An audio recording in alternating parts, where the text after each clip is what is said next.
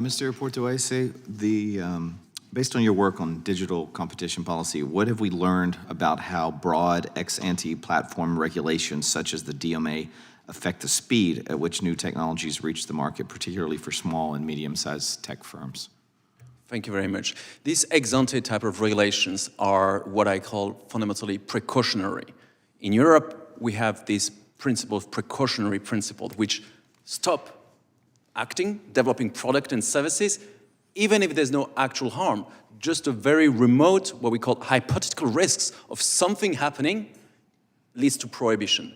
So what we've learned from this ex-ante type of regulations is that blanket regulation doesn't work in a sense that it's just over-deterring on innovations and leads to underinvestments because companies spend more time on compliance and councils and fees trying to understand regulations that is always vague rather than focusing on innovation, deploying product. And I just want to agree with Representative Raskin when I say we need stronger enforcement. Yes, but that's why we don't need regulations. Regulation is the opposite of enforcement.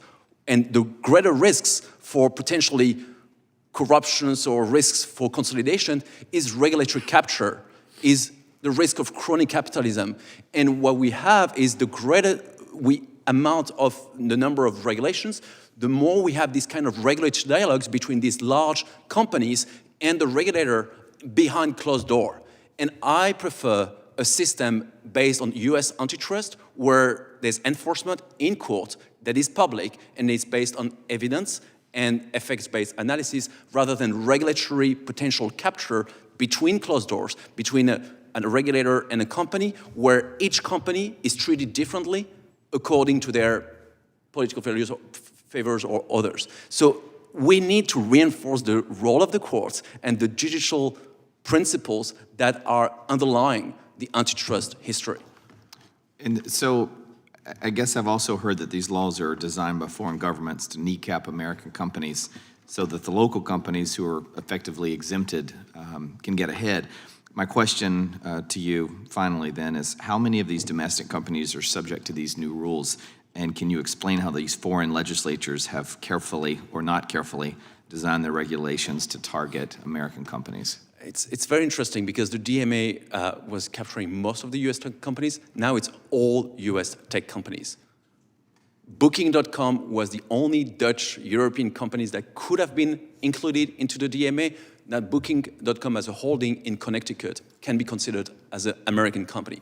And TikTok was regulated. Now with the sale of TikTok, we can consider TikTok as a US company when it comes to US. So all companies under the DMA are somehow American companies.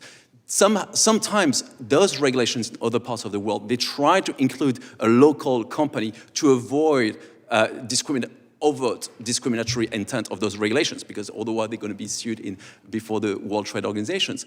But that doesn't mean that in effect they are disproportionately targeting US tech companies. To include one company out of 7 or 8 and the rest are all Americans, the point is digital sovereignty and to target US tech companies. Thank you. Wait, no, Mr. Singham seems to have some. Oh, sorry, Mr. Singham, go ahead. Just wanted to come back very quickly on that question with regard to Korea specifically, and it relates to something that Congressman Raskin also said, which is this issue of cronyism that my colleague mentioned.